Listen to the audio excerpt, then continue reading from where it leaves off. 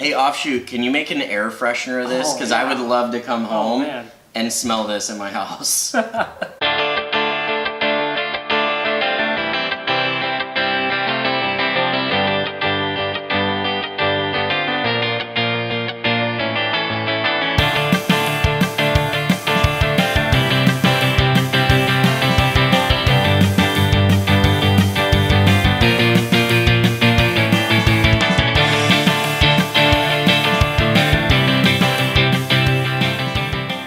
Guys, welcome to another bonus episode. I'm Jeff. And I'm Jacob. And today we are reviewing another collaboration beer with Offshoot Brewery and Highland Park. This one is called 10 Years.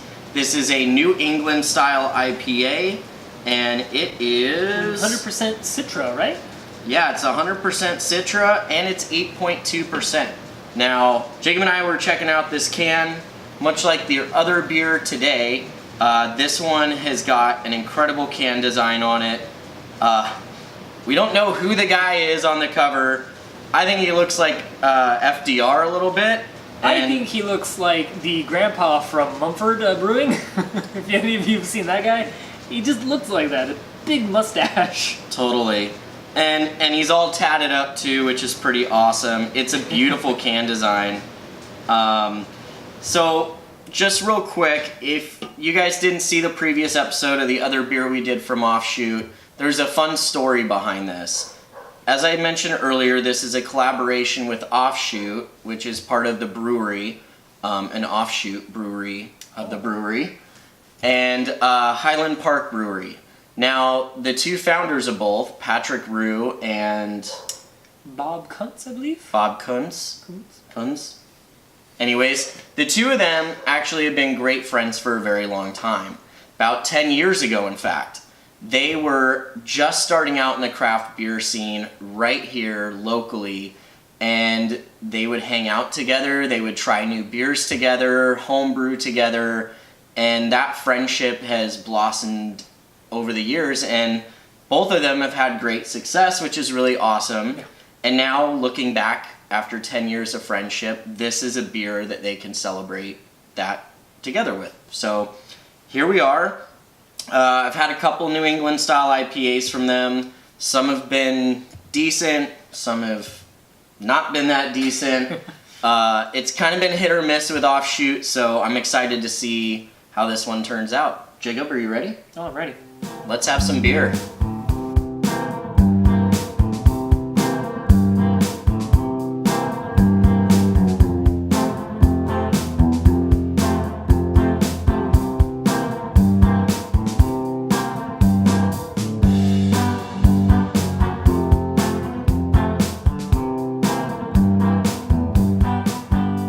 Well, Jacob, the beers are poured. Let's go ahead and give it a whiff. All right. Oh, man. That just jumps out at you. Wow.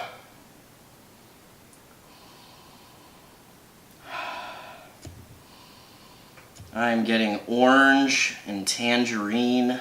Just that sweet, ripe, citrusy fruit. Oh, yeah. Oh, my God, it smells good. Maybe even a little peach. Yeah, just tons of just fruit Nectarine. character. It smells a little sweet. A little sweet. Yeah. I feel like I'm sniffing fruit juice right now. 100%. It smells incredible. Like some kind of like, almost like flower nectar. Yes, absolutely. Man, I could literally just sniff this. Yeah, this is half the fun. Yeah.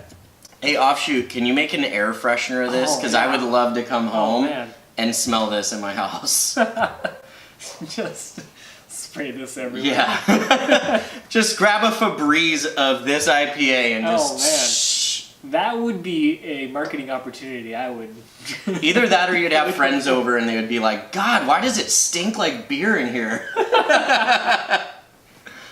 All right, well... Let's get into the flavor. Yeah, let's get into the flavor. Cheers, man. I mean, right up front, all those things we smelled, that's what we're getting in the taste. Yeah. We're getting the oranges, tangerine. We're getting a little bit of that flower nectar. It's fruity. It's a little bit floral. It's got a pretty light mouthfeel. It's not quite monkish pillowiness, but that's a pretty hard thing to hit. So Yeah. the fact that it does have a nice light mouthfeel that is pretty easy drinking is perfectly fine. It's right where it should be. It has really low bitterness, lots of hop character, lots of hop presence. Yeah. What do you want to say about it? I mean, you pretty much hit it straight on. I mean, this is a smooth beer through and through. I will say for me, I did get a nice little, just a little punch right at the end of hop bitterness. A little bit. But it's not, this is 8.2%. Yeah. This is 8.2%. No way in hell does this taste like 8.2%. This is dangerous. Yeah, I was gonna say, I don't really get booze from it. I don't really get, like a big, bitterness. I don't get a big, it doesn't feel like a big beer.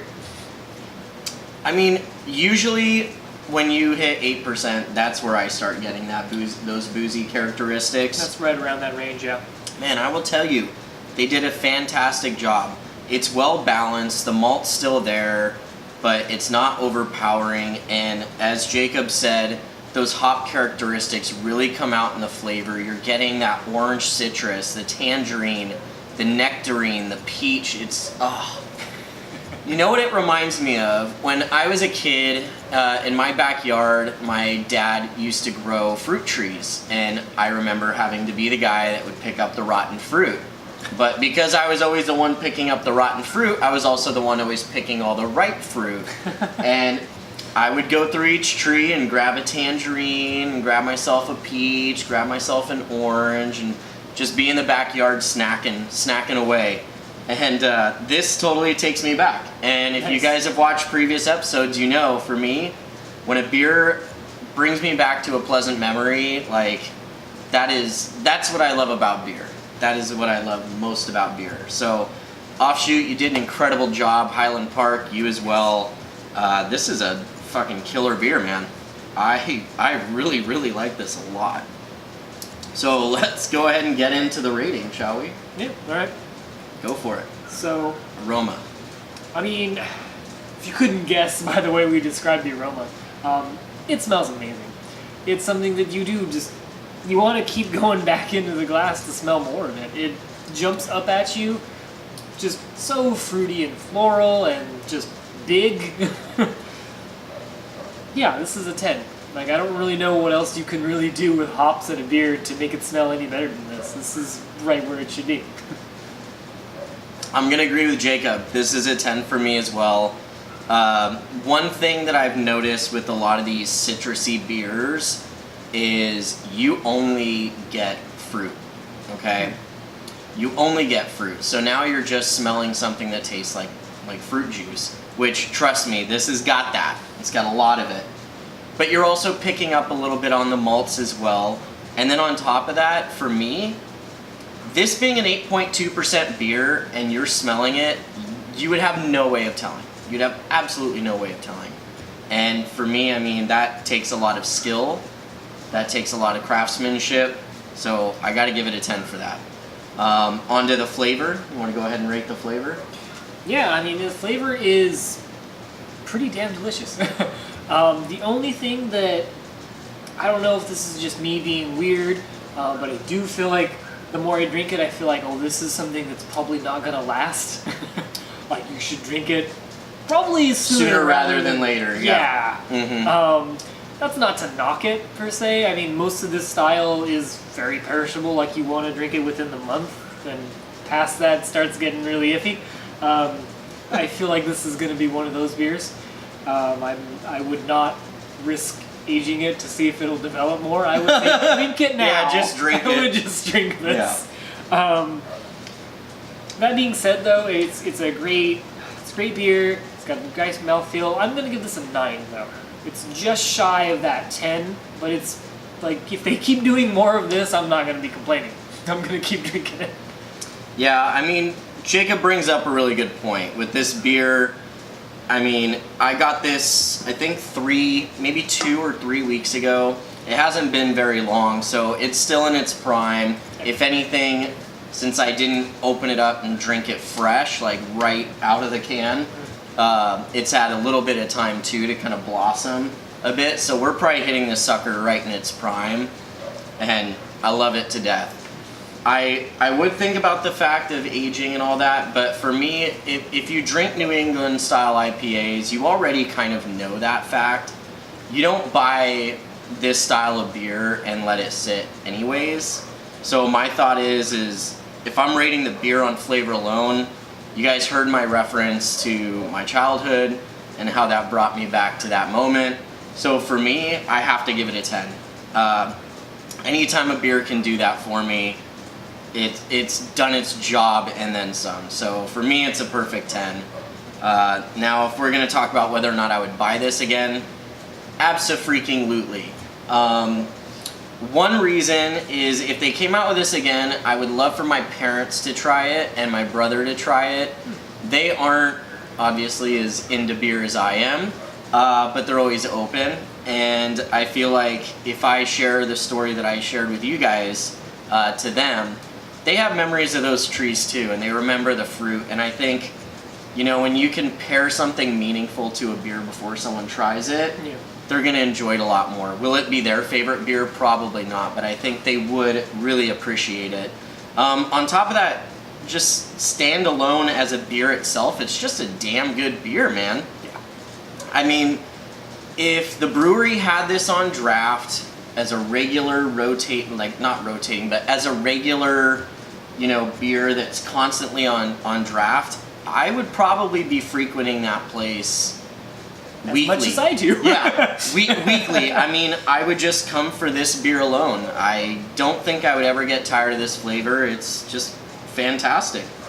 So yeah, I would totally buy it again. Jacob, what about you? So I didn't buy either of these, and I regret doing so. I knew that they were probably going to be good just because of Highland Park's reputation and the fact that the offshoot beers had been increasingly getting better anyway. So yeah, if they did this on sale again, I would jump on it. I mean, besides the fact that both of these cans have amazing artwork, like that alone was already almost getting me to buy it, but I had to save money, unfortunately, because sometimes you're poor. Yeah. Help me, I'm poor. True life. Sometimes you don't have beer money. That being said, this is worth whatever beer money you don't have. And that's why it's good to have fellow beer drinkers as your friends. Yes. Because then you get to share. Also, just point out too, as Jacob was talking about the can design, Offshoot, if you guys make shirts of these, we'll buy them. Yeah. And I'll wear them often because the can designs look so cool with these beer releases you guys had. Yeah. I think a lot of people out there would buy these shirts. So yeah. I don't know, think about it, please. Please. Please. I'll give you my monies. Please take my money. So, yeah, that's going to be it for this episode. So if you guys enjoyed it, make sure that you like, share, and subscribe. Leave a comment below if there's a beer you'd like to see us try next time. And if you live outside our area and have a beer you'd like us to try, send it our way. We'd love to review it. My email is in the description below. Thank you, Jacob from Craft Cascade, once again for joining me. Yes, I'm glad you enjoyed the beer. And until then, we'll see you next time on Let's Have Some Beer. Cheers.